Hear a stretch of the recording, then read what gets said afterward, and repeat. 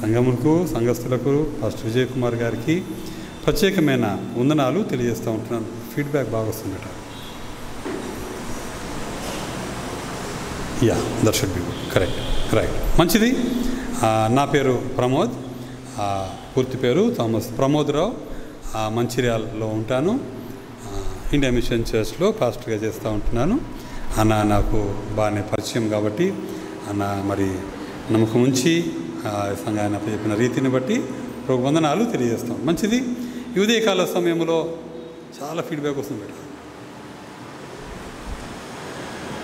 యోనా గ్రంథం నుంచి మనం కొన్ని విషయాలు తెలుసుకునే ప్రయత్నం చేద్దాం. యోనా అనగానే అందరికీ అబ్బా మళ్ళీ యోనా నాన్న చిన్నప్పటి నుంచి విని ఉన్నాం కదా. చిన్నప్పటి నుంచి విన్నాం. ఏం విన్నాం అని అంటే యోనా ఉంటాడు, పారిపోతాడు, తుఫాన్ వస్తుంది, చేప పట్టుకుంటాడు, మళ్ళీ దేవుడు రక్షిస్తాడు. ఇదే కదా అన్న కదా. దేవుని యొక్క వాక్యం చాలా బ్యూటిఫుల్ నాన్న. మనం దేవుని యొక్క వాక్యం దగ్గరికి వచ్చినప్పుడు మనము దానిని చక్కగా విని చక్కగా గమనించే విషయాలు చూడాలని మనవి చేస్తూ ఉంటాం. యోనా కథ కేవలం యోనా స్టోరీ ఏదో కల్పన కథ కాదు, లేదా యోనా ఏదో మనకిప్పుడు విన్న స్టోరీ లాగా చేప గురించో యోనా గురించి కాదు. యోనా గ్రంథం మొత్తం కూడా దేవుని గురించి మాత్రమే. It is about God and God alone. It is about the Lord's compassion. It is about the Lord's grace. దేవుని కృప, దేవుని కనికరము, దేవుడు చేసిన కార్యాలు గురించి ఈ యొక్క యోనా గ్రంథము. యోనా అనగా హెబ్రీ భాషలో కూడా యోనానే అనగా పావురము అని అర్థము. అయితే చాలామంది ఏమంటారు అనంటే ఈ చేప అసలేందో కాదో అని డౌట్ పడుతూ ఉంటారు కదా. కానీ దేవుడు యేసు ప్రభు వారే దీని గురించి చెప్పిన తర్వాత మనం డౌట్ పడాల్సిన అవసరం లేదు. మత్తయి సువార్త 12వ అధ్యాయంలో 16వ అధ్యాయంలో 2 సార్లు యేసు ప్రభు వారు యోనా గురించి మాట్లాడాడు. కాబట్టి ఇది నిజమైనది. దాని తర్వాత యోనా నిజమైన వ్యక్తియే, ఆయన నిజమైన ప్రవక్తనే. వాళ్ళ తండ్రి పేరు రాయబడ్డది, వాళ్ళ యొక్క గ్రామము రాయబడ్డది, ఎక్కడ పనిచేశాడో రాయబడ్డది. బైబిల్ అంతా కూడా చరిత్ర పుస్తకములో బైబిల్ను మనం గమనిస్తే ఎక్కడ కూడా కల్పనా కథతో ఉన్న పుస్తకం కాదు. ఎందుకు కాదు అని అంటే మీరు చూడండి, ప్రతి ఒక్క పేర్లు ఉన్నాయి, మనుషుల పేర్లున్నాయి, వాళ్ళ తల్లిదండ్రుల పేర్లున్నాయి, వాళ్ళ ప్రదేశాల పేర్లున్నాయి, అప్పుడున్నాయి, ఇప్పుడు ఉన్నాయి. ఆఫ్రికా గురించి ఉన్నది, ఇప్పుడు ఉంది. ఐగుప్తు గురించి ఉంది, ఇప్పుడు ఉన్నది. ఐరోపా గురించి ఉన్నది, ఇప్పుడు ఉన్నది. మధ్యంతర సముద్రం గురించి ఉన్నది, మెడిటేరియన్ సీ, ఇప్పుడు ఉన్నది. ఎక్కడ పోలే. నైల్ నది ఉన్నది, ఇంకా ఉన్నది. ఎక్కడికి పోలే. పాలస్తీనా ఉన్నది, ఇంకా ఉన్నది. ఎక్కడ కూడా బైబిల్లో లేనిది రాసి ఇబ్బంది పెట్టింది ఏమీ లేదు. Okay, number 1. నెంబర్ 2 ఏంటిది అని అంటే బైబిల్లో ఎక్కడ కూడా చాలామంది తప్పుడు ప్రచారం చేస్తూ ఉన్నారు బైబిల్ గురించి కదా. బైబిల్లో ఏమి కూడా చెడ్డవి ఏమి లేవు కదా. న్యూస్ పేపర్ మంచిదా చెడ్డదా అంటారు అనంటే కొన్నిసార్లు న్యూస్ పేపర్ చదువుతున్నాం కదా, మనము న్యూస్ చూస్తున్నాం కదా. న్యూస్ పేపర్ మంచిదా చెడ్డదా? ఏమండి, మంచిదా చెడ్డదా? మంచిదా? మంచిదైతే మరి అందులో మానవులు హత్య చేసింది ఉన్నది, మానవులు దోచుకున్నది ఉన్నది, మోసం చేసేది ఉన్నది, కాబట్టి మంచిదా? ఆయన మంచిదే. బైబిల్ చాలా శ్రేష్టమైనది. మానవాళ్ళు చేసిన తప్పిదాలను చూపిస్తున్నది అంతే తప్ప బైబిల్ ఎక్కడ కూడా తప్పు అని, ఆ తప్పుని కాందాన్ని తప్పని చెప్పేది కాదు. ఓకే, ఇది జ్ఞాపకం చేసుకొని మనము వెళ్దాం. ఈ దినం మనము యోనా నా నిన్నవే అన్న శీర్షికతో కొన్ని విషయాలు నేను మీ ముందుంచాలని ఆశపడతా ఉంటున్నాను. యోనా గ్రంథము, యోనా అనగా మనము పావురము అని తెలుసుకున్నాము. ఈ యోనా ఎవరు అనంటే ఈ యోనాకు ఒక పేరు కూడా ఉన్నది. మొదటి వచనంలో పేరు కనబడుతుంది, కానీ ఇంకా కొంత ఆయన గురించి చూసుకోవడానికి ప్రయత్నం చేద్దాం. 2వ రాజుల గ్రంథము 14వ అధ్యాయము 23 నుంచి 25 వచనాలలో కొన్ని మాటలు కనపడతాయి. 2వ రాజుల గ్రంథము 14వ అధ్యాయము 23 నుంచి 25.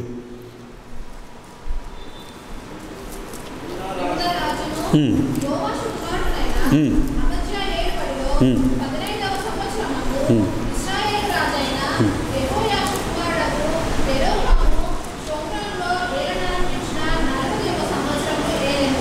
ఇతడును ఇశ్రాయేలు వారు పాపము చేయడానికి కారణపడవు నెబాతు కుమారుడైన యెరోబాము చేసిన పాపములను విడువక అనుసరించి యెహోవా దృష్టికి చెడుతనము జరిగించెను.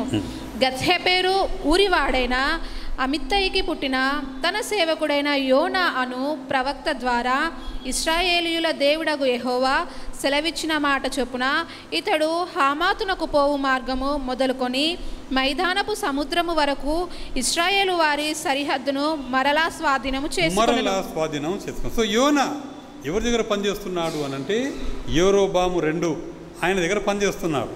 వాళ్ళ తండ్రి యెరోబాము ఆయన చాలా కీడు చేశాడు ఇశ్రాయేల్ దేశానికి. ఎందుకు కీడు చేశాడు? ఇశ్రాయేలు 2గా విభజించబడ్డది.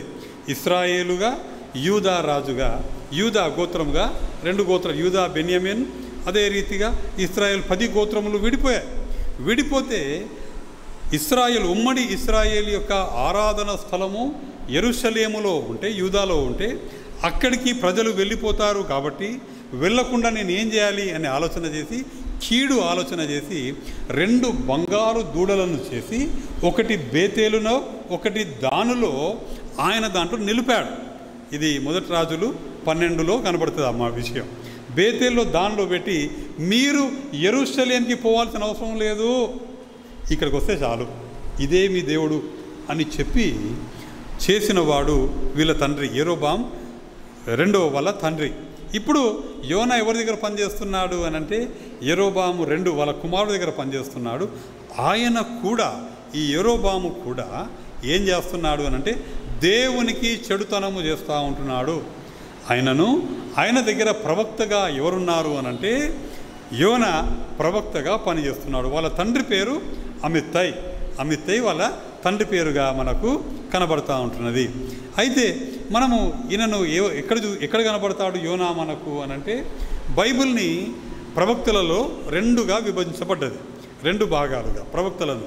ఒకటేమో పెద్ద ప్రవక్తలు, రెండోదేమో చిన్న ప్రవక్తలు. పెద్ద ప్రవక్తలు అని అంటే వాళ్ళు బలంగా ఉన్నవాళ్ళు కాదు, చాలా పెద్దగా ఎత్తుగా ఉన్నవాళ్ళు కాదు. కానీ వాళ్ళ గురించి ఎందుకు పెద్ద ప్రవక్తలు అన్నారు అని అంటే చాలా ఎక్కువగా రాశారు, చాలా ఎక్కువ విషయాలు, అనగా భవిష్యత్తు కాల విషయాలు, జరగబోయే సంఘటనలు రాశారు. కాబట్టి వాళ్ళను ఏమన్నాము అని అంటే పెద్ద ప్రవక్తలు అన్నాము. వాళ్ళు ఎవరు అంటే యెషయా, ఇర్మియా, విలాప వాక్యాలు, ఎహెజ్కేలు, దానియేలు. ఈ 5 పుస్తకాలు మనము పెద్ద ప్రవక్తల పుస్తకాల కింద తీసుకుంటాం. తర్వాత వచ్చే పుస్తకాలన్నీ కూడా మనము చిన్న ప్రవక్తలు, అనగా 12 పుస్తకాలు, 12 మంది శిష్యులు, 12 మంది చిన్న ప్రవక్తలు జ్ఞాపకము ఉంచుకుంటే చాలా బ్యూటిఫుల్గా మనకు అర్థమవుతుంది. అయితే యోనా ఎప్పుడు చేశాడు? 753 నుంచి 790 సంవత్సరాల మధ్యలో ఈయన ఉన్నాడు అని చాలామంది గ్రంథకర్తలు ఒప్పుకుంటూ ఉంటారు. ఈయనతో పాటు ఈయన ఒక దిక్కు ప్రవక్త అయితే ఇంకోవైపు ఆమోసు, హోషేయ వాళ్ళిద్దరు కూడా ప్రవక్తలుగా ఈయనతో పనిచేసినట్టుగా మనకు కనబడుతూ ఉంటారు. అయితే ఈయనను దేవుడు ఏమంటున్నాడు? యోనా గ్రంథం 1వ అధ్యాయంలో ఏమంటున్నాడు అని అంటే నీవు నినవే పట్టణానికి వెళ్ళు, నినవే పట్టణానికి వెళ్ళు. ఈ నినవే పట్టణము ఏంటిది మరి? ఇప్పుడుందా నినవే పట్టణము అని అంటే మీరు కొంత ఈ మధ్యలో మీరు ఎప్పుడైనా న్యూస్ ఫాలో అయితే ఇరాక్ పైన దాడులు జరుగుతున్నాయి. ఇరాక్లో ఒక భాగం మోసుల్ అని న్యూస్లో చెప్తూ ఉంటారు. మోసుల్ను ఆనుకొనే నినవే పట్టణం ఉంటుంది. పురాతనమైన నినవే పట్టణం ఇప్పుడు మోసుల్ భాగం, ఇరాక్ భాగములో ఉన్న పట్టణం ఇప్పుడు కూడా శిథిల వస్తువులలో అవి కనబడుతూ ఉంటుంది. నినవే పట్టణం. ఈ నినవే పట్టణము కొత్తది కాదు. ఈ నినవే పట్టణం చాలా పాతది. చూస్తారా ఒకసారి? ఆదికాండం 10వ అధ్యాయము 8 నుంచి 10 వచనాలు చదువుతారా? ఆదికాండము 10వ అధ్యాయము 8 నుంచి 10 వచనాలు. కూషు నిమ్రోదును కనెను. అతడు భూమి మీద పరాక్రమశాలి ఉండుటకు ఆరంభించెను. అతడు యెహోవా ఎదుట పరాక్రమము గల వేటగాడు. కాబట్టి యెహోవా ఎదుట పరాక్రమము గల వేటగాడైన నిమ్రోదు వలె అను లోకోక్తి కలదు. షీనారు దేశములోని బాబేలు ఏరకు అక్కదు కల్నే అను పట్టణములు అతని రాజ్యమునకు మొదలు.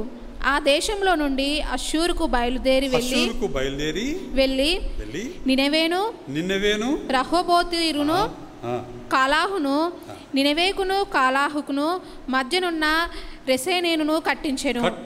ఎవరు కట్టించారు? నిమ్రోదు కట్టించాడు. ఎప్పుడు కట్టించాడు? ఆది కాండం 10వ అధ్యాయం గురించి చెప్తున్నాను నేను. అంత పురాతనమైన పట్టణము నినవే పట్టణం. నిమ్రోదు దాన్ని కట్టించాడు అష్షూరు రాజ్యంలో. ఇప్పుడు నినవే, ఇప్పుడు మనం యోనా గ్రంథంలో చూస్తుంటే అష్షూరు యొక్క క్యాపిటల్, లేదా ఇంకా క్యాపిటల్ సిటీగా కాలేదు కానీ అష్షూరియాలో ఒక భాగమై ప్రాముఖ్యమైన పట్టణము ఏంటిది అనంటే, మహాపట్టణము ఏంటిది అనంటే నినవే పట్టణము అన్న విషయాన్ని మనము చూస్తాం. ఇది కొంత ఉపోద్ఘాతం మీతో పంచుకోవాలని ఆశపడతా ఉంటాను. మంచిది. ఇప్పుడు మొదటి వచనములో ఏమి యోనా గ్రంథము 1వ అధ్యాయము 1వ వచనములో ఏమి కనబడుతుందో గమనించండి. యెహోవా వాక్కు అమిత్తయి కుమారుడైన యోనాకు ప్రత్యక్షమై ఇలాగు సెలవిచ్చెను. నినవే పట్టణస్థుల దోషము నా దృష్టికి ఘోరమాయను గనుక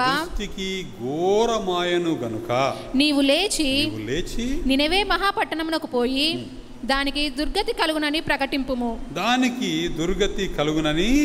ప్రకటింపుము అని ఎవరిని ఎన్నుకున్నాడు అనంటే, నినవేకు వెళ్ళుమని యోనాను, ప్రవక్త అయిన యోనాను దేవుడు ఎన్నుకున్నారు. ఈ అష్షూరు రాజులు లేదా నినవే పట్టణస్థులు చాలా కఠినులు. చరిత్ర వాళ్ళ గురించి ఏం చెప్తుంది అనంటే, వాళ్ళు చేతులు అంటే తర్వాత ఇశ్రాయేలు ప్రజలను బానిసలుగా చేసుకొని వెళ్ళారు. చేతులు కట్ చేశారు, ముక్కులకు తాడులు పెట్టి మనుషులను లాక్కొని పోతున్నారు చెరలో. అంత కఠినులు. యోనాకు తెలుసు ఆ విషయం, వాళ్ళ కఠినస్తులని, వాళ్ళ చెడుతనం కూడా బాగా తెలుసు. వాళ్లకు వెళ్ళి ఏం చెప్పమంటున్నాడు దేవుడు అనంటే, వాళ్ళ చెడుతనము బహు ఘోరమాయను అని చెప్పమంటున్నాడు. ఎందుకు చెప్పాలా దేవుడు? ఎందుకు చెప్పాలా? ఏమండి, ఎందుకు చెప్పాలా దేవుడు? నాశనం చేస్తే అయిపోద్దిగా, చెప్పాల్సిన అవసరం లేదుగా. దేవుడు ఎంత కనికరం గలవాడు మనం చూస్తుంటున్నామంటే, అర్హత లేని వాళ్ళు, చాలా అసలు వాళ్ళకు ఎటువంటి అర్హత లేని నినవే పట్టణస్థులను, భయంకరమైన పట్టణస్థులను, భయంకరంగా ఉన్న వాళ్ళను, భయంకరంగా జీవిస్తున్న వాళ్ళను కూడా ఏం చేయాలా? వాళ్ళు నశించకుండా ఉండాలి అని దేవుని యొక్క ఆలోచన కలిగి ఉన్నది. ఇది కొన్నిసార్లు మనకు చాలా కష్టమవుతుంది కదా, చాలా కష్టమవుతుంది. అమ్మ, వాళ్ళు కూడా వస్తారా? వాళ్ళు కూడా రావాలి. దేవుడు ఏ విషయము కూడా దేవుడు ఏ విషయం కూడా చెప్పకుండా చేయడు. పక్షపాతి అయిన దేవుడు కాదు మన దేవుడు. మనోళ్ళైనా మనోళ్ళు కాకపోయినా దేవుడు వాళ్లకు చెప్పకుండా నాశనం చేయడు. ఎవరు చెప్పాలా మరి వెళ్ళి అని అంటే, ఆ దినము యోనాకు పెట్టాడు, ఈ దినము నిన్ను నన్ను ఎన్నుకున్నాడు. ఏమని? సువార్తను ప్రకటించమని, వాళ్ళకు చెప్పమని నిన్ను నన్ను ఎన్నుకున్నాడు. అందుకని మనం ఇప్పుడే తేల్చుకోవాలి. ఏమని అనంటే, నా నినవే ఎవరు? నా నినవే కఠినస్తులు ఎవరు? పాకిస్తాన్ వాళ్ళు, చైనా వాళ్ళు కాదు, మన ఇంట్లో ఉన్న వాళ్ళే, మన చుట్టుపక్కల ఉన్న వాళ్ళే, మన మిత్రులే కదా. అక్కడికి వెళ్ళు అని చెప్తా ఉంటున్నాడు. అయితే అట్లనే మనం బైబిల్ అంతా చూస్తే మనకు, కిషోర్ కొంచెం తగ్గి, నా సరిపోతుంది, కొంచెం తగ్గి, ఇంకొంచెం తగ్గి, సరిపోతుంది. ఏం చేస్తున్నాడు అనంటే, ఇంకో తగ్గించేది సరిపోతుంది. That should be fine. Yes, దేవుడు వార్నింగ్ ఇవ్వకుండా చేయడు. యూదా ప్రజలను, ఇర్మియాను పట్టుకొని 40 సంవత్సరాలు వార్నింగ్ ఇచ్చాడు. తర్వాత బబులోను చెరకు తీసుకెళ్ళాడు. కాబట్టి దేవుడు ఎప్పుడు కూడా ఏ పని కూడా ఒక మనిషికి వెంటనే ఆయన శిక్షించడు. అంత మంచి దేవుడు మనం చూస్తూ ఉంటున్నాం. అయితే నినవేకు వెళ్ళు అని చెప్తా ఉంటున్నాడు కదా. దేవుడు ఒక పని అప్పచెప్తున్నాడు. ఎవరికి? యోనాకు. నువ్వు నినవేకు వెళ్ళు అని దేవుడు మనందరికీ ఒక పని అప్పచెప్తున్నాడు. నువ్వు ఒక దగ్గరికి వెళ్ళాలి, ఒకరిని కలవాలి, ఒకరితో మాట్లాడాలి, ఒకరి విషయమై ఆలోచన చేయాలి, ఒకరి విషయమై ప్రార్థన చేయాలి అని. అయితే యోనాకు నచ్చలేదు. యోనాకు దేవుని ప్రణాళిక నచ్చలేదు. He didn't like God's plan. He didn't want Assyrians to be saved. Nineveh పట్టణస్థులు రక్షింపబడాలి ఆయనకి ఇష్టం లేదు. దేవుని ప్రణాళిక ఇష్టం లేదు కాబట్టి ఏం చేస్తున్నాడో చూడండి. అయితే యెహోవా సన్నిధిలో నుండి తర్షీషు పట్టణముకు పారిపోవాలని యోనా యొప్పేకు పోయి తర్షీషునకు పోవు ఒక ఓడను చూచి ప్రయాణమునకు కేవు ఇచ్చి యెహోవా సన్నిధిలో నిలవక ఓడ వారితో కూడి తర్షీషునకు పోవుటకు ఓడ ఎక్కెను. దేవుడు చాలా బ్యూటిఫుల్గా యోనా ఏం చేస్తున్నాడు అని అంటే, దేవుడు చెప్పిన విషయం నాకు నచ్చలేదు అని ఏం చేస్తున్నాడు అని అంటే, పారిపోయాను అని 2 సార్లు రాస్తాడు. పోయాను పారిపోయాను అని రాస్తున్నాడు. పారిపోయాను పోయాను కదా రాస్తున్నాడు. యొప్పే నుంచి నినవే పట్టణము 850 కిలోమీటర్లు ఇంచుమించు. తర్షీషు పట్టణము యొప్పే నుంచి 4,500 కిలోమీటర్లు. ఇప్పుడు మీరు అంచనా వేయండి, ఆయన దేవుడి నుంచి ఎంత దూరం పారిపోతున్నాడు. 4,000 కిలోమీటర్ల దూరం పారిపోదాము, నేను పారిపోతాను అని పారిపోయాడు. పారిపోయే ప్రయత్నం చేస్తున్నాడు. ఉదయకాల సమయంలో దేవుడు నీకేమైనా పని చెప్తే నువ్వు పారిపోయే ప్రయత్నం చేస్తున్నావా? నీకేమైనా పని చెప్తున్నాడా దేవుడు? చిన్న పనులు, ఏం పనులు చిన్న చెప్తున్నాడు దేవుడు? ఎవరినన్నా వెళ్ళి పలకరించమంటున్నాడా? ఎవరినన్నా క్షమించమంటున్నాడా? నీకు పడనోళ్ళతోని మాట్లాడమని చెప్తున్నాడా? నీకు ఇష్టము లేకున్నా దేవుని హృదయము నీకు తెలుసు అది మంచిదని చేయకుండా ఉండి పారిపోతున్నావా? ఎట్లా పారిపోతామో తెలుసునా? ఎట్లా పారిపోతామో అంటే మనకేం ఓడెక్కాల్సిన అవసరం లేదు, కానీ ప్రభువా నాకు ఈ పని ఉన్నది అని ఇంకో పని చేస్తూ ఉంటాం, దాటి వేస్తూ ఉంటాం. ఇప్పుడు కాదు తర్వాత అని వెళ్ళిపోతూ ఉంటాం, పారిపోయే ప్రయత్నమే చేస్తూ ఉంటాం. ఉదయకాల సమయంలో ఒకవేళ పారిపోతే ఏమి జరుగుతుందో మేము ఉంచాలని ఆశపడుతూ ఉంటున్నాను. దేవుడు ఎంత కనికరం చూపిస్తాడో చూడటానికి ప్రయత్నం చేద్దాం. ఆయన పారిపోతుంటున్నాడు. దేవునికి అశ్షూరీయులు చాలా కఠినులు సార్, వాళ్ళకి నేను సువార్త చెప్పను కాబట్టి నేను పారిపోతా. నంబర్ 1. నంబర్ 2, రెండోది ఏంటిది అని అంటే, యోనాకు కొంత ఈగో ఎక్కువ, అహం ఎక్కువ, బాగా అహం ఎక్కువ. చూస్తారా 4వ అధ్యాయము 1-2 వచనాలు. యెహోవా దీనిని చూచి బహు చింతాక్రాంతుడై కోపగించుకొని, యెహోవా నేను నా దేశమందుండగా ఇట్లు జరుగునని నేను అనుకుంటుని కదా, అందువలననే నీవు కటాక్షమును జాలియును బహుశాంతమును అత్యంత కృపయుగల దేవుడవై ఉండి పశ్చాత్తాపడి కీడు చేయక మానదువని నేను తెలుసుకొని దానికి ముందుగానే తర్షీషునకు పారిపోతుని. ఈగో ప్రాబ్లం బాగా, ఆయనకు బాగా అహం. ఏమహం అని అంటే, నువ్వు మాట మార్చే దేవుడు, నువ్వు చెప్పేది ఒకటి చేసేది ఒకటి, కాబట్టి నేను చేయ నీ పని, కాబట్టి నేను నీ పని చేయ, అందుకే పారిపోతున్నా. ఎవరన్నా చూసుకో, నేను పారిపోతే ఎవరన్నా చూసుకో. కానీ మనం మర్చిపోదు ఏంటిది అని అంటే, మనకు అహం ఉంటే, యోనాకు అహం ఉంటే దేవునికి బాగా ఎక్కువ అహం ఉంటుంది, ఇంకా ఈగో ఎక్కువ ఉంటుంది దేవునికి కదా. కానీ అది ఏంటిది అని అంటే, బహు జాలి, బహు కనికరము, బహు కృపగలది. ఆయన పారిపోవటానికి ఏం చేస్తున్నాడు అని అంటే, యొప్పేకు వచ్చాడా? యొప్పేకు రాగానే ఏం కనబడుతున్నది అని అంటే, తార్షీషు పోవటానికి ఒక ఓడ కనబడ్డది. అంటే దేవుని చిత్తమే. ఏంటి దేవుని చిత్తం? నేను పారిపోవడం దేవుని చిత్తమే. లేకపోతే అక్కడ ఏముండొద్దు, అక్కడ ఓడ ఉండొద్దు. పోనీ ఓడ ఉన్నది, లాస్ట్ మినిట్లో రిజర్వేషన్ దొరుకుతుందా? దొరకదు టికెట్లు. కానీ లాస్ట్ మినిట్లో టికెట్ దొరికింది అంటే ఇదేంటిది? ఇది దేవుని చిత్తమే. అంతేకాదండి, కింద లోవర్ బర్త్ మంచిగా పోయి పడుకున్నాడు, కింద లోవర్ బర్త్ రిజర్వేషన్ దొరికింది కాబట్టి ఇది దేవుని చిత్తం. మన జీవితాలలో కొన్నిసార్లు దేవుని స్వరం వినక పారిపోతూ ఏం చేస్తాము అని అంటే, పారిపోయేటప్పుడు కూడా ఈ దేవుని చిత్తం అనుకుంటూ పారిపోతాం. కానీ దేవుడు తర్వాత వచనం చూస్తాము, అయితే యెహోవా సముద్రం మీద పెద్ద గాలి పుట్టింపగా. నాకు ఒక ప్రశ్న వచ్చింది. ఆయన ఓడ ఎక్కిన తర్వాత మధ్యలో పోయినాక తర్వాత కొద్ది దూరం పోయిన తర్వాత గాలి సముద్రం ఎందుకు రావాలా? అక్కడే ముందు వస్తే అయిపోవు కదా. ముందు వస్తే మాట వినము కదా మరి. ముందొస్తే మాట వినము కదా మరి. సముద్రం మధ్యలో అయితే ఏం చేసే పరిస్థితి ఉండదు కాబట్టి మాట వింటాం. ఇప్పుడు అక్కడ మంచి మాట ఏంటిది అని అంటే అయితే. బైబిల్లో మీకు ఎక్కడ అయితే అన్న పదము రాగానే ఆగిపోండి. ఎందుకు? అది పూర్తిగా కథను మారుస్తుంది. తప్పిపోయిన కుమారుడు పారిపోతున్నాడు, వెళ్ళిపోయి జీవితాన్ని పాడు చేసుకున్నాడు. అయితే స్టోరీ అంతా చేంజ్ అవుతుంది. ఎక్కడ బైబిల్లో అయితే అనగానే ఆగిపోండి. అయితే కాగా అట్లనగా ఏమనగా ఆగిపోండి.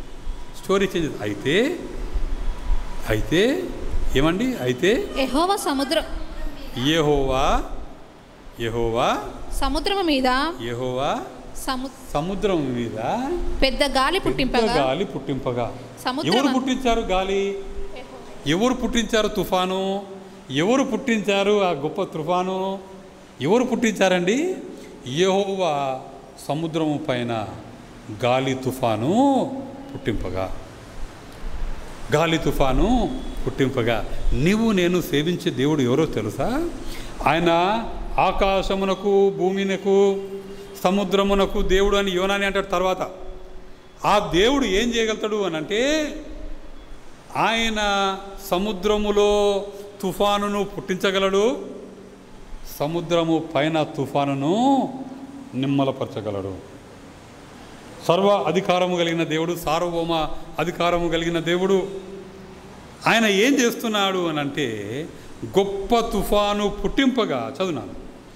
సముద్రమందు గొప్ప తుఫాను రేగి ఓడ బద్దలైపో గతి వచ్చెను. కాబట్టి నావికులు భయపడి ప్రతివాడును తన తన దేవతను ప్రార్థించి ఓడ చులకన చేయుటకై అందులోని సరుకులను సముద్రంలో పారవేసిరి. ఎంత భయంకరమైన విషయం కదా. ఇప్పుడు ఓడలో తుఫాను వచ్చింది. ఎవరి వలన వచ్చింది అని అంటే యోనా వలన. అది ఆయనకు కూడా తెలుసు, మనం చూస్తాం తర్వాత భాగాలు. ఆయన వలనే వచ్చింది. కానీ నష్టపోయింది ఎవరు అని అంటే ఆయనతో ప్రయాణము చేస్తున్న తోటి ప్రయాణికులకు నష్టము. వాళ్ళు ఎక్కడి నుంచి వస్తున్నారో, ఏమేమి కొనుక్కున్నారో, ఎక్కడ వ్యాపారం చేద్దాం అనుకున్నారో, ఇంటికి పోదాం అనుకున్నారో, ఏమి కొనుక్కొని తీసుకుపోతున్నారో మనకు తెలియదు. కానీ ఏమి జరిగింది అని అంటే ఆ నావను చులకనగా చేయటానికి వాళ్ళు తెచ్చుకున్న సామాగ్రిని సముద్రములో పారవేసిరి. దేవుడు నిన్ను నన్ను కనికరపడి సరిచేయటానికి కొన్నిసార్లు దేవుడు తుఫాన్లను పంపుతాడు. యోనాకు నిజమైన తుఫాను వచ్చింది. మనకు కొన్నిసార్లు ఆర్థికపరమైన తుఫాన్లు వస్తాయి, మానసిక తుఫాన్లు వస్తాయి, ఒంటరితనమైన తుఫాను వస్తుంది, ఎవరు అర్థం చేసుకోలేని తుఫాన్లు వస్తాయి, కొన్నిసార్లు అనారోగ్య పరిస్థితి కూడా వస్తుంది. కానీ విచారం ఏంటిది అని అంటే అవి వచ్చినప్పుడు మనము దాన్ని ఏమని తీసుకుంటాము అని అంటే దేవుడు నన్ను పరీక్షిస్తున్నాడు. ఊరి నాయన పరీక్షించుడు కాదు నాయన, దేవుడు పరీక్షించట్లేదు నాన్న, దేవుడు నిన్ను సరి చేస్తున్నాడు. హీ ఈస్ డిసిప్లినింగ్ యూ, క్రమశిక్షణ చేస్తున్నాడు. నాశనం చేయడానికి కాదు, నిన్ను కాపాడుకోవటానికి ఆయన ఎవరిని వాడుకుంటాడు అని అంటే తుఫాన్లను వాడుకుంటాడు.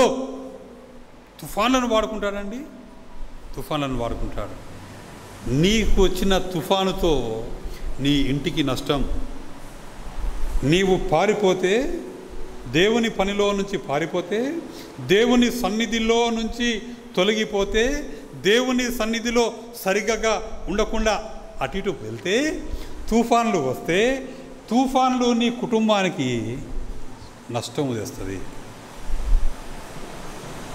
నీ వ్యక్తిగత జీవితాన్ని నష్టం తెస్తుంది, నీ స్నేహితులకు నష్టం తెస్తుంది, నీ చుట్టుపక్కల ఉన్న వాళ్లకు, నీ సంఘానికి నష్టం తెస్తుంది.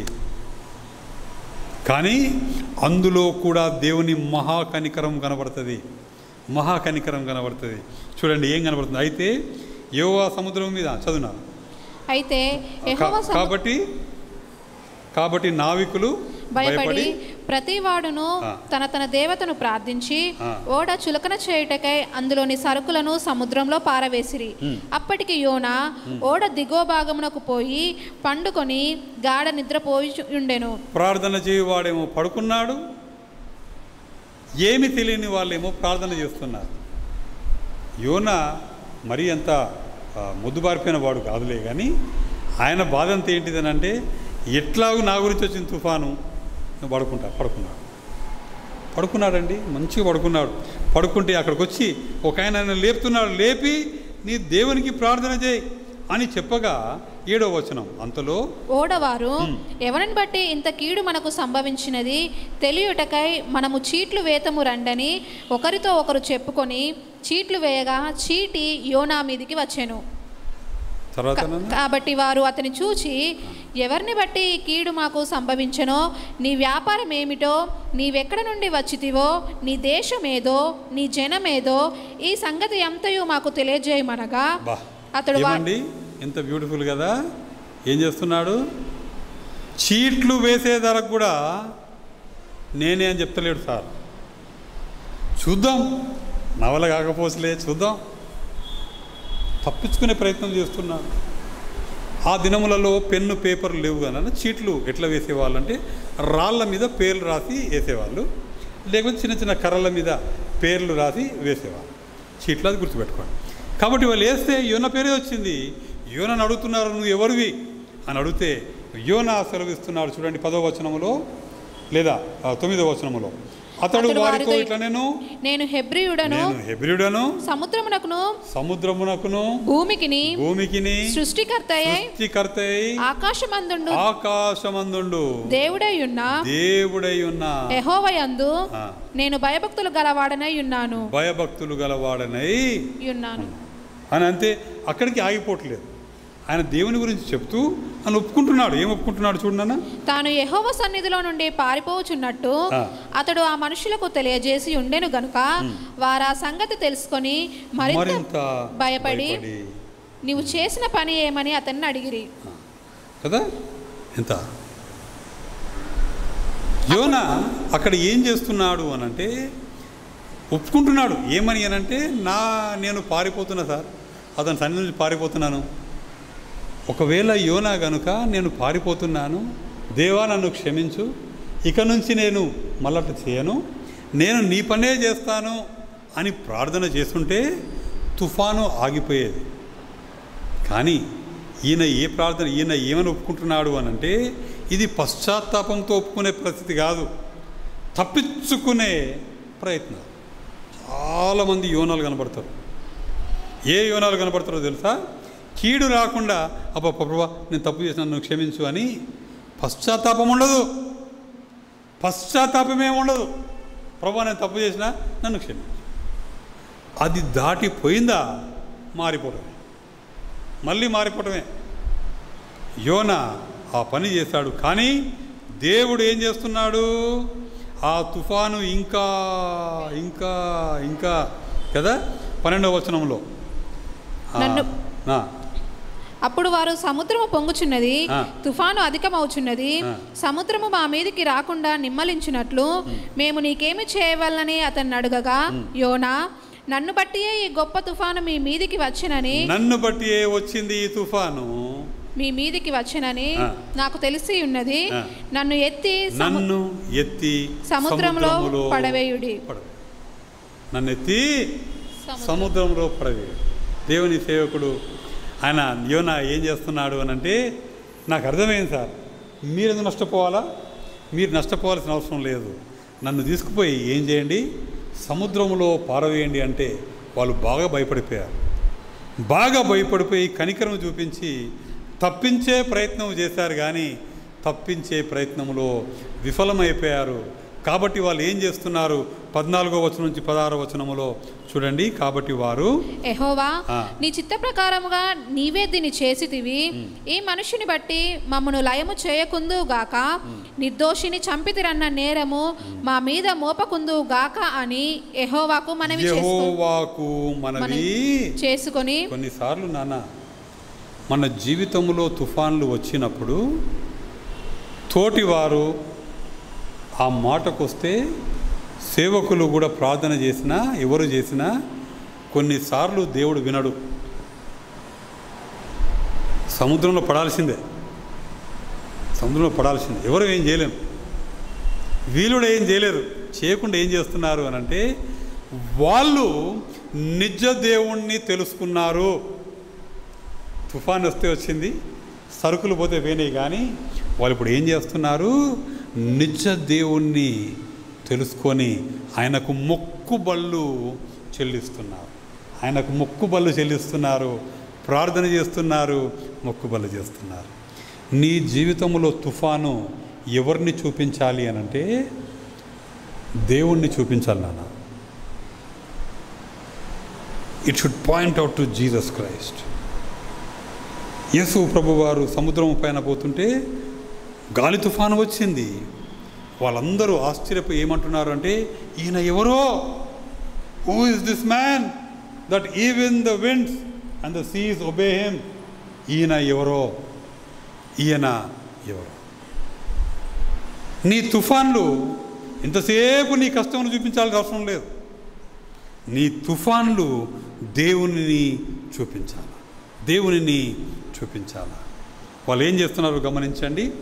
యోనాను ఎత్తి సముద్రములో పడవేసిరి. పడవేయగానే సముద్రము పొంగకుండా ఆగెను. ఇది చూడగా మనుషులు యెహోవాకు మిక్కిలి భయపడి. సముద్రములో గాలి తుఫాను పుట్టించువాడు యెహోవా. గాలి సముద్రమును ఆపువాడు, నిమ్మలపరచువాడు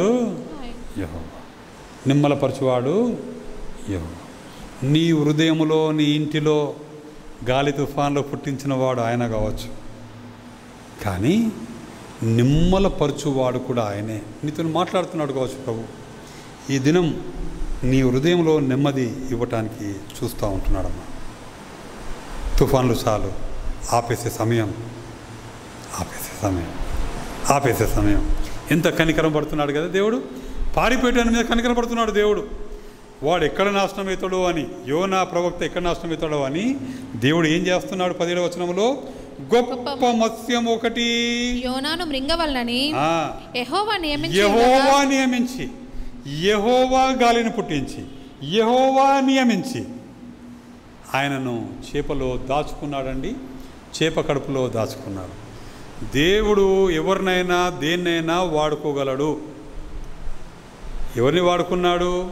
గాలి సముద్రం వాడుకున్నాడు. ఇప్పుడు ఎవరిని వాడుకుంటున్నాడు? చేపను వాడుకున్నాడు. బిలాముతో మాట్లాడడానికి గాడిదను వాడుకున్నాడు.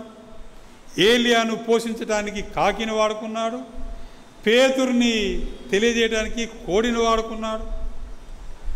అందరినీ వాడుకుంటాడు. కానీ ఒక మనిషే మాటినాడు. అది ఉన్నది బాధ. అందరు వింటున్నారు మాట, కానీ అన్నీ వింటున్నాయి, కానీ మనిషే వినడు. ఆయనను దాచుకున్నాడు. దేవుడు ఏం చేస్తున్నాడు అని అంటే, ఆ 3 దినములు ఆ మత్స్యపు యొక్క కడుపులో నుండి యెహోవాకు ఈలాగు ప్రార్థన చేస్తున్నాడు. ఇప్పుడు దేవుడు చేసిన కార్యం ఏంటిది అని అంటే, ఒక మత్స్యను సృష్టించి యోనా కడుపులోకి వేయాడు. ఇప్పుడు యోనా ఏమన్నా చేయగలడా? యోనా ఏమన్నా చేసే ప్రయత్నం చేయగలడా? దేవుడు కొన్నిసార్లు తుఫాన్లో మాట వినకపోతే నువ్వు ఏమి చేయని పరిస్థితి పట్టుకుపోతాడండి. ఏమి చేయలేవు. చీకటే ఉంటుంది, ఏమి చేయలేవు. చీకటే ఉంటుంది. అప్పుడు ఏమి చేయవచ్చో తెలుసునా? యోనా చేసినట్టు మనం చేయవచ్చు. ప్రార్థన చేయవచ్చు. ఈ ఉదయకాల సమయంలో నీ తుఫాన్లు పారిపోతుంటే తుఫాన్లు వస్తున్నాయా? తుఫాన్లలో కొంత దేవునికి అటు ఇటుగా ఉన్నావా? తుఫాన్లో నుంచి చీకట్లోకి పడ్డావా? దేవునికి స్తోత్రం. ఏమి చేయలేవు, ప్రార్థన చేయవచ్చు. దేవుడు అదే కోరుతున్నాడు. ప్రార్థన చేయి అని కోరుతూ ఉంటున్నాడు. ప్రార్థన చేయి అని కోరుతూ ఉంటాడు. దేవుడు ప్రార్థన మనం చేస్తుంటే వినే దేవుడు, క్షమించువాడు, ఆ దేవుడు కనికరము చూపించువాడు. ఏమి జరుగుతుందో చూడండి. 3వ అధ్యాయము 1వ వచనం. అంతటా యెహోవా వాక్కు రెండవ మారు యోనాకు ప్రత్యక్షమై మరొకసారి రెండవ మారు యోనాకు మళ్ళొక్కసారి చెప్తాలి. రెండవ మారు అందరం చెప్దాం ఆ మాట. యెహోవా వాక్కు రెండవ మారు యోనాకు ప్రత్యక్షం. యోనాకే కాదురా, యోనాకే కాదు సంగమా. దేవుడు రెండవ మారు ఛాన్స్ ఇచ్చు దేవుడు, మన దేవుడు. నీ తుఫాన్లో నష్టపోయినావా? రెండవ అవకాశం ఇచ్చువాడు ఆయన. 2 కాదు, లెక్క పెట్టుకుంటూ పోతే 2, 3, 4, 5, 50, 100 ఎన్నైనాయో ప్రభు ఎన్ని అవకాశాలు ఇస్తున్నాడో మనకు కదా. అంత మంచి దేవుడా. ఇదే కాల సమయంలో నీ లైఫ్ అయిపోయింది అనుకుంటున్నావా? రెండవ ఛాన్స్ దేవుడు ఇస్తున్నాడు. రెండవ మారు యెహోవా వాక్కు ప్రత్యక్షమై యోనాకు సెలవిచ్చినదేమనగా. బ్యూటిఫుల్ నాన్న. మన దేవుడు ఎంత గొప్ప దేవుడు అంటే నాన్న, నిన్ను వదిలిపెట్టే దేవుడు కాదు. నిన్నవేలో వాక్యం చెప్పకుండా పారిపోయినా నిన్నవేను యోనాను మాత్రము దేవుడు వదిలిపెట్టలేదు. నా నిన్నెందుకు వదిలిపెడతాడు? నిన్నెందుకు చేజార్చుకుంటాడు? అరచేతిలో చెక్కుకున్నవాడు నిన్నెందుకు వదిలిపెడతాడు? ఏమండి, ఆయన ఏం చేస్తున్నాడు అని అంటే, is giving a second chance. నీకు సెకండ్ ఛాన్స్ కావాలనా? రెండవ మారు కావాలనా? కదా. దేవుడు చాలా ఛాన్సెస్ ఇస్తూ ఉంటాడు నాన్న. ఎన్నో అవకాశాలు ఇస్తున్నాడు. నీవు ఎన్ని అవకాశాలు చేజార్చుకుంటున్నావో, ఎన్ని అవకాశాలు చేజార్చుకుంటున్నావో గమనించండి. You are losing so many chances, one after the other. మోషే 40 సంవత్సరాలు ఉన్నప్పుడు ఒక ఆయనను చంపేశాడు. 80 సంవత్సరాలకు ఇంకో అవకాశం ఇచ్చాడు. బైబిల్ అంతా చూడండి. దేవుడు అవకాశాలు ఇచ్చే దేవుడు. అవకాశాలు వెంబటి అవకాశాలు ఇచ్చే దేవుడు మన దేవుడు. వెళ్ళి ఏం చేస్తున్నాడు అనంటే ఆయన పోయి ప్రకటన చేస్తున్నాడు. ఏం ప్రకటన చేస్తున్నాడు? చదువునానా 3వ వచనం. కాబట్టి యోనా లేచి యెహోవా సెలవిచ్చిన ఆజ్ఞ ప్రకారము నినెవే పట్టణమునకు పోయెను. నినెవే పట్టణము దేవుని దృష్టికి గొప్పదై 3 దినముల ప్రయాణమంత పరిమాణము గల పట్టణము. యోనా ఆ పట్టణములో 1 దిన ప్రయాణమంత దూరము సంచరించుచు ఇక 40 దినములకు నినెవే పట్టణము నాశనమగునని ప్రకటన చేయగా. ఏం ప్రకటన చేస్తున్నాడు నాశనం అమ్మా? ఏం ప్రకటన చేస్తున్నాడు? అదా ప్రకటన చేయాలా? ఏమండి, అదా ప్రకటన చేయాలా? అదేనా ప్రకటన చేయాలా? ఎందుకు? ఇంకా ఈయన ఈగో బాగున్నది, బయటికి వస్తే వచ్చిండు. కానీ ఏం చేస్తున్నాడు అని అంటే, 40 దినముల తర్వాత మీ పని అవుట్ అన్నాడు. మిమ్మల్ని దేవుడు నాశనము చేస్తాడు. ఆయనకు ఏమీ లేదు అనంటే ఆ ప్రకటనలో కృప లేదు, కనికరము లేదు. కానీ ఆ చిన్న ప్రకటన, తీర్పుతో కూడిన ప్రకటన ఏం చేసిందో తెలుసునా? చూడండి ఏం చేసింది. నినెవే పట్టణపు వారు దేవుని యందు విశ్వాసముంచి, దేవుని యందు నంబర్ 1 విన్నారు, నంబర్ 2 విశ్వాసం ఉంచారు, నంబర్ 3 ఉపవాస దినము చాటించి ఉపవాసము చేశారు. గనులేమి అల్పులేమి అందరూ గోనె పట్ట కట్టుకొనిరి, పశ్చాత్తాపడుతున్నారు. పశ్చాత్తాపడుతున్నారు, చెడుతనమును విసర్జించారు. అందుకే అడుగుతున్నాను, నీ నినవే ఎవరు?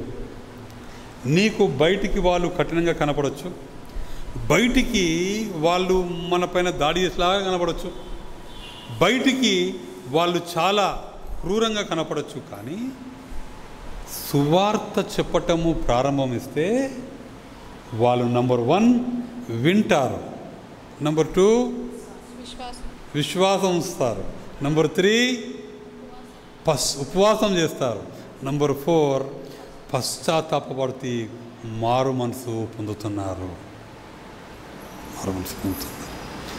దేవునితో నువ్వు కొంచెం కోఆపరేట్ చేస్తే, దేవునితో నువ్వు కొంచెం సహకరిస్తే, నీ మాటల్లో, నీ చూపుల్లో, నీ ప్రవర్తనలో, నీ విషయంలో దేవుడు అద్భుతాలు చేస్తాడు. వాళ్ళు ఏం చేస్తున్నారో తెలుసా? 3 దినములు ఉపవాసము చేస్తున్నారండి. సంగమా, నీ కుటుంబము గురించి, నీ తుఫాను తొలగిపోవాలని, నీ లైఫ్ మారాలి అని లాస్ట్ ఉపవాసం ఉండి చేసిన దినములు ఎప్పుడు? సంఘ కార్యక్రమాలు కాకుండా వ్యక్తిగతంగా కుటుంబంగా కూర్చొని ప్రార్థన చేసిన దినములు ఎప్పుడు? ఒంటరిగా దేవుని దగ్గర గోజాడిన దినములు, గోజాడిన రాత్రులు ఎన్ని దినములు దాటిపోయాయో? సంవత్సరాలు దాటినాయా? మరి ఎట్లా దేవుడు కార్యం చేయాలా? ఎందుకు చేయాలా దేవుడు కార్యం? అంటే నువ్వు ఉపవాసం చేస్తే చేయాలని కాదు, బేరమేం కాదు దేవుని దగ్గర. కానీ నీ హృదయము దేవుని సన్నిధి కొరకు తృష్ణ కొలుతున్నదా? నిన్ననే పట్టణస్థులు అప్పుడే విన్నారు, అప్పుడే దేవునికి సమర్పించుకున్నారు. మనము విని ఎన్ని సంవత్సరాలు అవుతున్నదో, ఎప్పుడైనా దేవుని సన్నిధిలో కుటుంబం అంతా కలిసి ఊరికనే ఏం అక్కర్లేవు, నాకు ఏం అవసరం లేదు, ఊరికనే ఉపవాసం ఉండి ఈరోజు మేము స్టవ్ వెలిగించకుండా కుటుంబంతో కలిసి ఈ ఉదయం మొదలుపెట్టుకొని రేపటి దాకా స్టవ్ వెలిగించమంటే మళ్ళీ జొమాటో ఆర్డర్ కొట్టుకునేరు. అట్లాంటి ఏం చేయకుండా ఉపవాసం ఉంటాం అన్న దినములు ఉన్నాయా? చేయాలి కదా. చేసినప్పుడు దేవుడు గొప్ప కార్యాలు చేస్తాడు నాన్న. అవసరతలు ఏం అవసరం లేదు. ఇక ఉద్యోగము, పెళ్ళు అవి ఎప్పటికుంటే, స్వస్థతలు, ఆరోగ్యములు అవి ఎప్పటికి నిరంతర ప్రక్రియ. అవి ఏదో వస్తూనే ఉంటాయి. వాటి కొరకు కాదు, ఊరికనే ప్రభుత్వాన్ని సమయం, ప్రభు సన్నిధిలో సమయం తరపున నేర్చుకోవాలి. నినవే పట్టణస్థులు చేస్తున్నారు. రాజుకు తెలిసినది ఏమంటున్నాడో గమనించండి. ఆ సంగతి నినవే రాజునకు వినబడినప్పుడు అతడును తన సింహాసనం మీద నుండి దిగి, సింహాసనము నుంచి దిగి తన రాజవస్త్రములు తీసివేసి గోనె పట్ట కట్టుకొని బూడిదలో కూర్చుండెను. ఏంటి నాన్న అవి? ఆ మాటలు ఎంత అసలు ఆలోచన చేయండి. రాజు సింహాసనము దిగి వస్త్రములు తీసి గోనె పట్ట వేసుకొని బూడిదలో కూర్చొని, ఏమి తగ్గింపు సార్? ఊరికే ప్రార్థన చేస్తే నడవదు నా. నీ యాక్షన్, నీ క్రియ, నీ విధానం అన్నీ మారుస్తుంది. మారిపోవాలా అన్నా? నీ తెలియదన్నా లోపల బాగా ప్రార్థన చేసుకుంటే బయట మార్పు లేకుంటే ఏం ప్రార్థన? బయట మార్పు ఉంటే ఏం ప్రార్థన? నీ తెలియదన్నా లోపల బాగా ప్రార్థన చేసుకో, మంచిదే. కానీ బాహాటంగా ఆ మార్పు కనబడాలిగా. సింహాసనము నుంచి లేచి వస్త్రములను తీసివేసి, వైభవము కలిగే వస్త్రములు తీసివేసి గోనె పట్టు కట్టుకొని బూడిదలో కూర్చొని శాసనము తీసి ఏమంటున్నాడు చూడండి. మరియు రాజైన తానును ఆయన మంత్రులను ఆజ్ఞ ఇయ్యగా, ఒకవేళ దేవుడు మనస్సు త్రిప్పుకొని పశ్చాత్తాప్తుడై మనము లయము కాకుండా తన కోపాగ్ని చల్లార్చుకొనును గనుక మనుషులు ఏదియో పుచ్చుకొనకూడదు, పశువులు కానీ ఎద్దులు కానీ గొర్రెలు కానీ మేత మేయకూడదు, నీళ్లు త్రాగకూడదు. మనుషులందరూ తమ దుర్మార్గములను విడిచి తాము చేయు బలాత్కారమును మానివేయవలెను. మనుషులేమి పశువులేమి సమస్తమును గోనెపట్ట కట్టుకొనవలెను. జనులు మనఃపూర్వకముగా దేవుని వేడుకొనవలెను అని దూతలు నినెవె పట్టణములో చాటించి ప్రకటన చేసిరి. దూతలు అంటే సంచారకులు, వాళ్ళ దగ్గర పనిచేసేవాళ్ళు. తర్వాత ఏం చేస్తున్నారు? ఈ నినెవె వారు తమ చెడు నడతను మానుకొనగా వారు చేయుచున్న క్రియలను దేవుడు చూచి పశ్చాత్తాప్తుడై వారికి చేయుదునని తాను మాట ఇచ్చిన కీడు చేయక మానెను. ఎన్ని దినములు పట్టినాయి? యోనా ఒక్క దిన ప్రయాణం మాత్రం, ఇంకా పూర్తి కాలే. ఒక్క దిన ప్రయాణం మాత్రమే పోయి ఒక్క దేశం 3 దినముల ప్రయాణం, పెద్ద దేశం. ఒక మూలకు మాత్రమే పోయి చెప్తే అది మొత్తం వినబడ్డది. ఒక్క దినములో ఎంత మార్పు! 40 సంవత్సరాలు అయిందా ప్రభువుని అంగీకరించి? 15 సంవత్సరాలు అయిందా ప్రభువుని అంగీకరించి? 10 సంవత్సరాలు అయిందా ప్రభువుని అంగీకరించి? ఏమీ మార్పు లేకుండా ఉంటే ఏం లాభం నాన్న? అదే కోపం, అదే గిన్నెలు ఎత్తేసుట, అవే తలుపులు పలగొట్టుట, అవే మాటలు, అవే చెడుతనము. ఎంతసేపు వాళ్ళని నాశనం చేయాలి, వీళ్ళని నాశనం చేయాలని ఆలోచన, అవే ఉంటాయా? ఉండొచ్చునా? నాకు కూడా చాలా టైం పట్టింది. నేనేదో మీకు వచ్చి బాగా చెప్తున్నాను కాదు, బాగా అనుభవించిన కాబట్టి చెప్తున్నా. తుఫాన్లలో మత్స్యంలలో ఉన్నాం కాబట్టి చెప్తున్నాం. మీరు పోద్దని ఆశ. పోకముందే మన చెడుతనమును మనము విసర్జించాలండి. క్షమించాలన్నా క్షమించేసేయి. ఎందుకు దాన్ని పట్టుకొని వేలాడుతున్నావు? ఎందుకు నీకు నువ్వే నాశనం తెచ్చుకుంటా? ఎందుకంత కోపం? ఊగిపోయి చాలా. ఎందుకు? దేని కొరకు సార్? ఏమి సాధిద్దామని? వాళ్ళు చెడుతనమును యెహోవా చూడగా ఆయన చేయవలసిన కీడును చేయలేదండి, చేయలేదు. ఉదయకాల సమయంలో నీవు దేవుని మాట, ఆయన చెప్పిన ప్రవర్తన, ఆయన చెప్పిన ఆజ్ఞ నుంచి పారిపోతున్నావా? తుఫాన్లో ఇరుక్కున్నావా?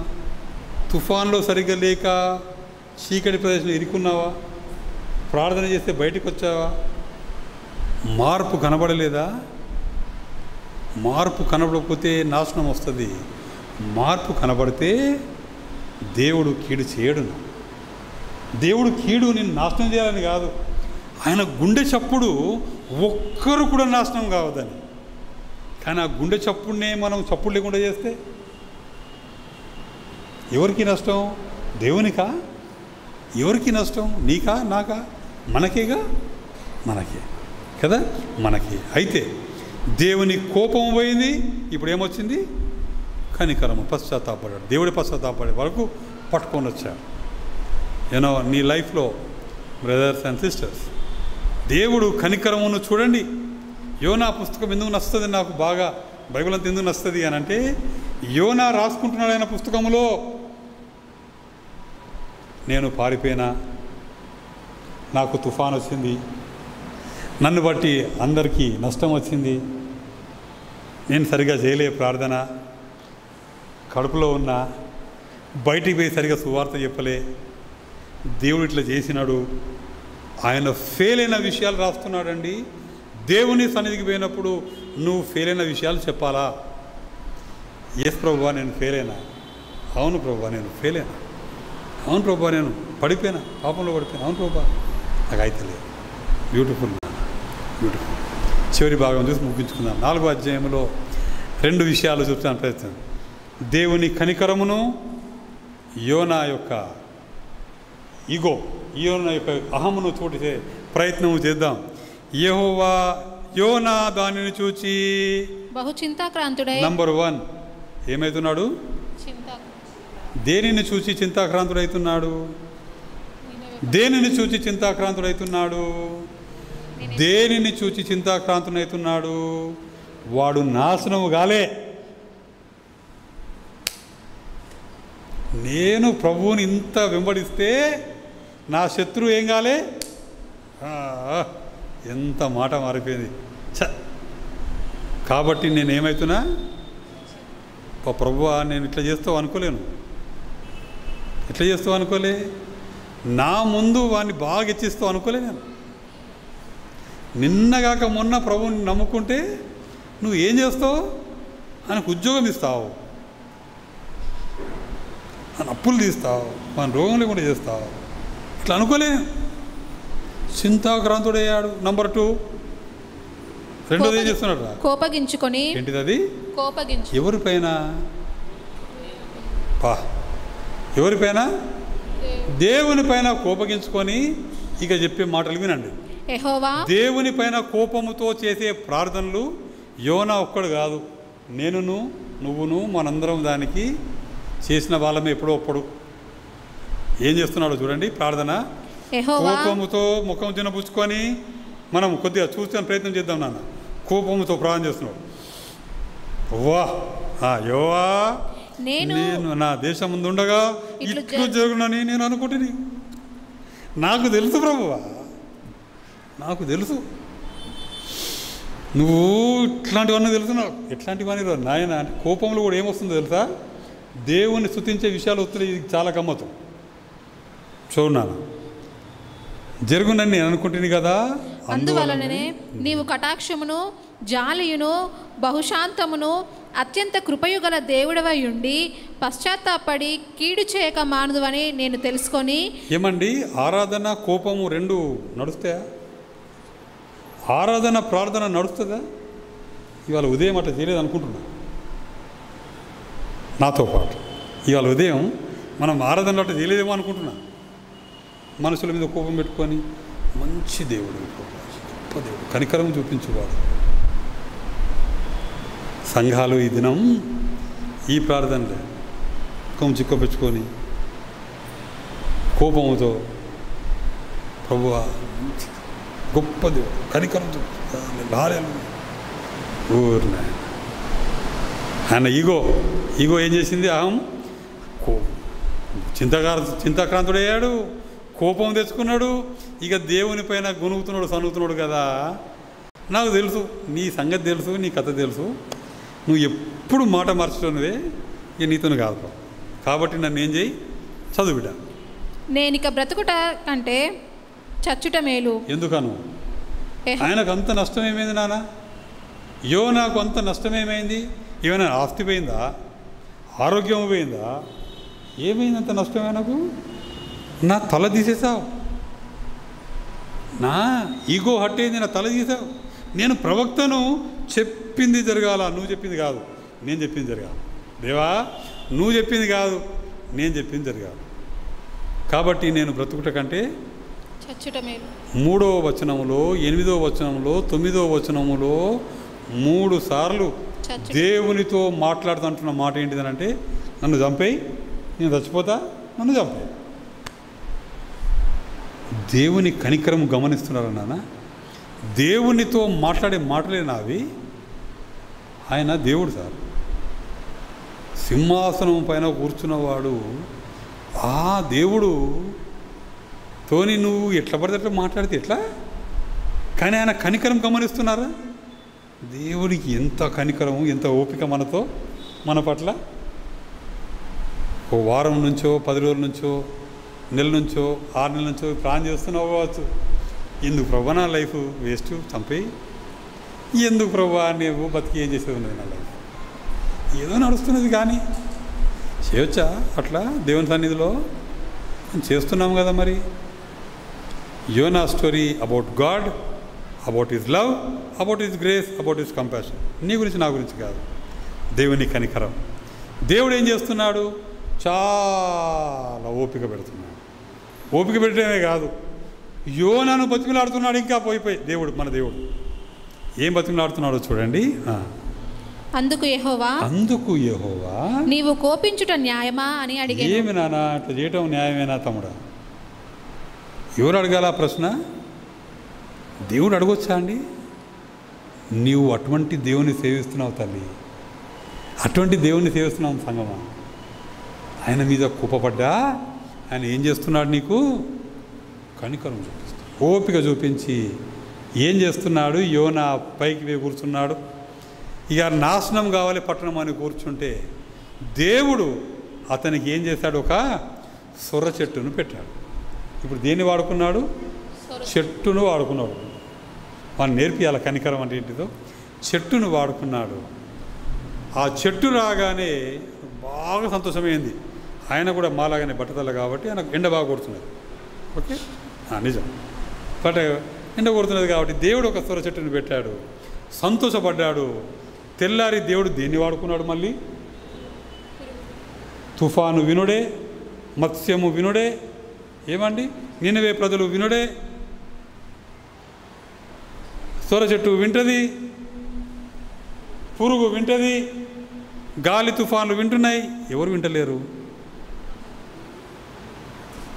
యోనాతో పాటు నేను, నాతో పాటు నేను కదా. కానీ దేవుడు నీ పట్ల నా పట్ల కృప చూపించు దేవుడు కదా, కృప చూపించు వాడు. చివరి మాట చెప్పి నేను ముగించడానికి ప్రయత్నం చేస్తాను. ముగించడానికి కదా. అందరము ఎవరైనా ఒకరు చెల్లి సిస్టర్ని చదువుమాను. యోనా పత్రిక, యోనా గ్రంథము 1వ అధ్యాయము 1వ వచనము, 4వ అధ్యాయము 11వ వచనం చదువు. యెహోవాకు అమిత్తయి కుమారుడైన యోనాకు ప్రత్యక్షమై ఈలాగు సెలవిచ్చెను. 11వ వచనం.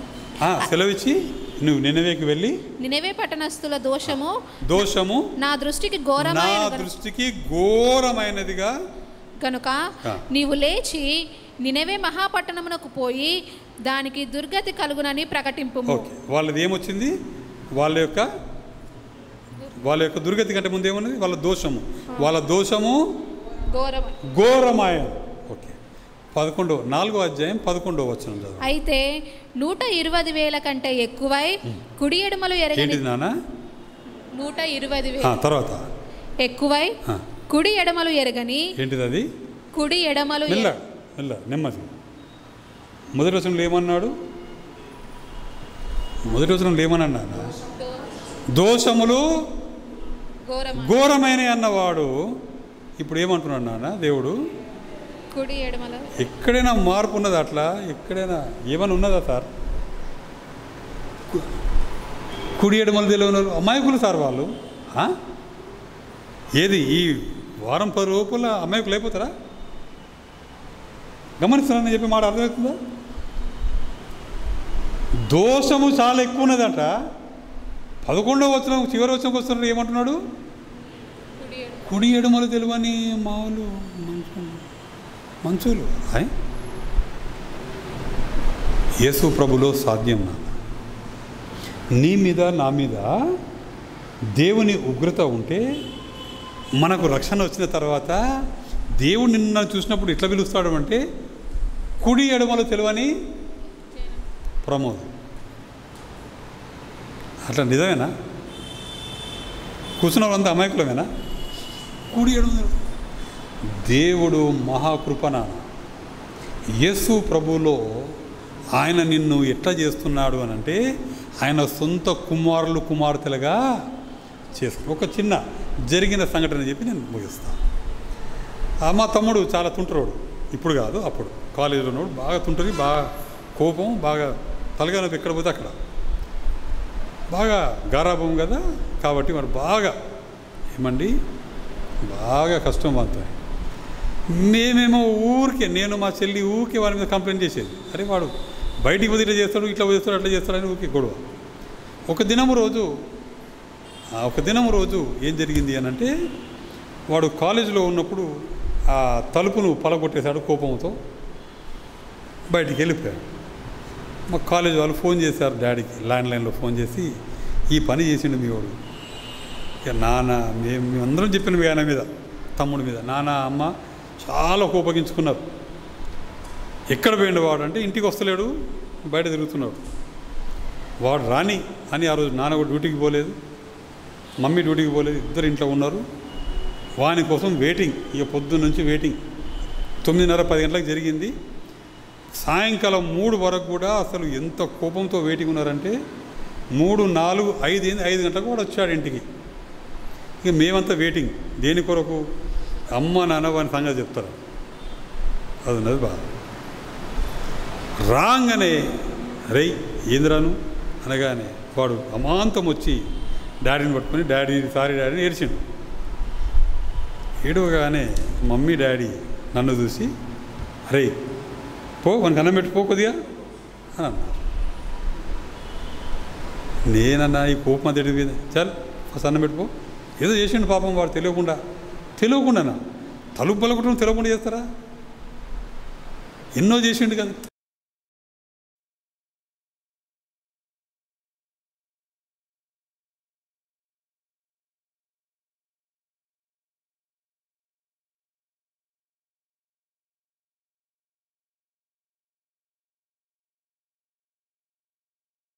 దృష్టికి దోషము అంత ఎక్కువైనా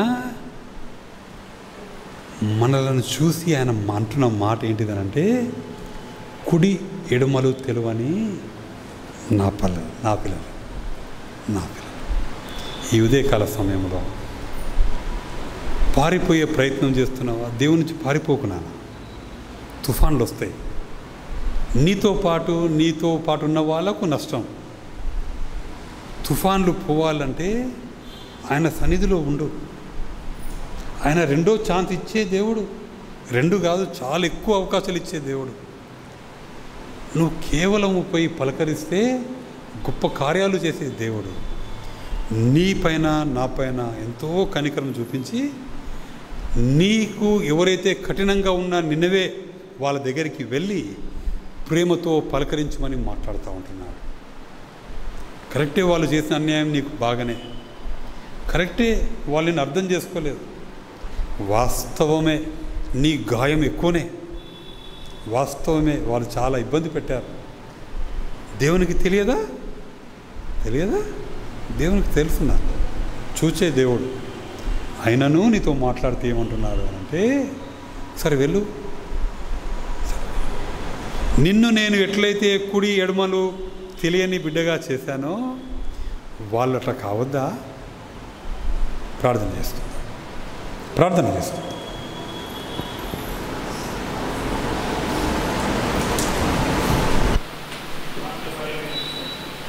కవిత గారు మనల్ని ప్రార్థనలో నడిపిస్తారు.